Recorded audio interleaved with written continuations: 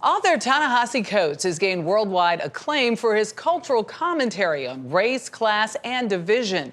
His essays and books, from The Case for Reparations to Between the World and Me, have earned the National Book Award and the prestigious MacArthur Genius Grant. His latest release, The Message, revisits those themes while taking readers on his global journey, one that he was never able to make until now. We met up with him on another journey, a stroll down memory lane at his alma mater and mine. I can never see a single book that I wrote the way a reader can, ever. For Ta-Nehisi Coates, returning to Howard University, I assume the nostalgia hits you. Every time. Brings with it a flood of memories. It's intense because, see, I was here as a child. His father worked at the historic Founders Library. He went to college here. And then, to come back, as a professor, and then to watch the kids, because when you watch the students, what happens is like you see yourself in them. And it's why the renowned writer, whose work has appeared in The Atlantic, The New York Times, and Time magazine, Camille, nice to meet you. Pleasure. Can't resist reconnecting. So to come back here and be here with y'all is a pleasure. When back on campus. Literally, your books helped me get through Yale this summer. Lie. I was reading The Beautiful Struggle, and also we were 8 years in power. I'm sure his latest book, The Message, began as an assignment for the students he taught, framed through essays on his most recent travels, South Carolina, the Middle East, and Senegal. Why those spaces? Well, they each came out of different motivations. I had never been to Africa, so that was the first thing for Senegal. Africa never struck me as a vacation, and it wasn't. It was a pilgrimage. It turned out to be a grieving more than anything, and I think I subconsciously felt that weight.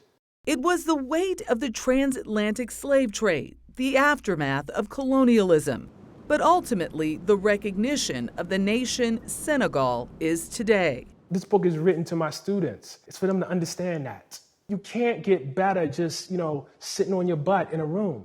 His second essay recounts his journey to support teachers in South Carolina, fighting against book bans in their classrooms. My books in particular, and I thought, wouldn't it be cool to go watch my book get banned? I'll just show up and I'll just watch. Who does that? I mean, and then it didn't happen. And then it didn't happen. It was kind of disappointing. A lot of us who are having this happen to ourselves, we were sitting in New York or DC or wherever we were in our safe, blue states or whatever, and we were, writing these letters, and signing these open letters about, isn't it so sad that this is happening? His third pilgrimage took him to the Middle East, months before the October 7th terrorist attacks in Israel last year, and the horrifying war that followed in Gaza. I sat with 80-year-old women who had once made their homes, the woman I'm thinking of particularly in Jaffa, and had been pushed out. I walked through Yad Vashem, the Holocaust Museum, to understand the deep, deep pain that is, still alive in Israelis there. I read as much as I could to educate myself. It was after those visits, he says, that he saw a startling connection to America's days of segregation. When I say apartheid, as I say in that book, I am not being metaphorical. My parents and my grandparents were born into a world where they could not walk down certain streets, where they had to be out of certain places by the time the sun went down. And I went to the old city of Hebron, and I saw it. In practice? In practice. I had a guard tell me or ask me to confess my religion. And it was clear that my answer to that question was my key to walking down the street.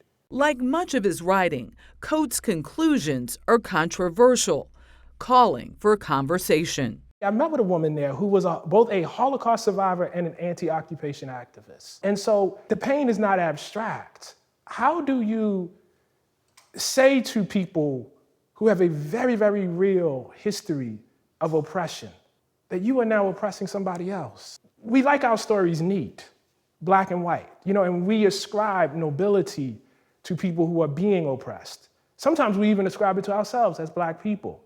In ways that are not necessarily deserved. It was all offered to those creative writing students he taught back in 2022. Getting to be in that class was one of the most formative experiences of my Howard career. He gave me the confidence to be a writer. We spoke to them about being his inspiration. At the very beginning, just that immense weight transmitting these stories, not only, from our community, but, those who had come before us. We definitely discussed the importance of our identity as young Black people and what that looks like for us to carry ourselves in the world. It's a precious thing y'all got here. It's a gem. For Coates, it's about giving voice to truth and bearing witness. I have a responsibility to be compassionate. I don't say things to just hurt people. I am not cruel in my writing. I try to be warm, but I have a responsibility to be clear. Clarity that he now wears with confidence.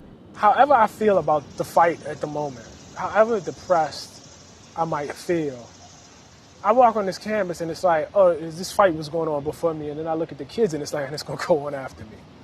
Thanks to a university that encouraged his path. Will there ever be a day in your life you won't think about this place? No. On my last one, I'll be thinking about this place. Really? Oh, yeah. To say the least, this book is controversial. What he has said about the Middle East, I'm sure, will spark a lot of debate. But again, as I mentioned, he wants conversation, and that's what he says his mission is, to get people talking and speaking to one another. It was beautiful the way he said it's not black and white. Most things that are complicated are not. There's that gray area, and it sparks the conversation. Exactly. Yeah. All right.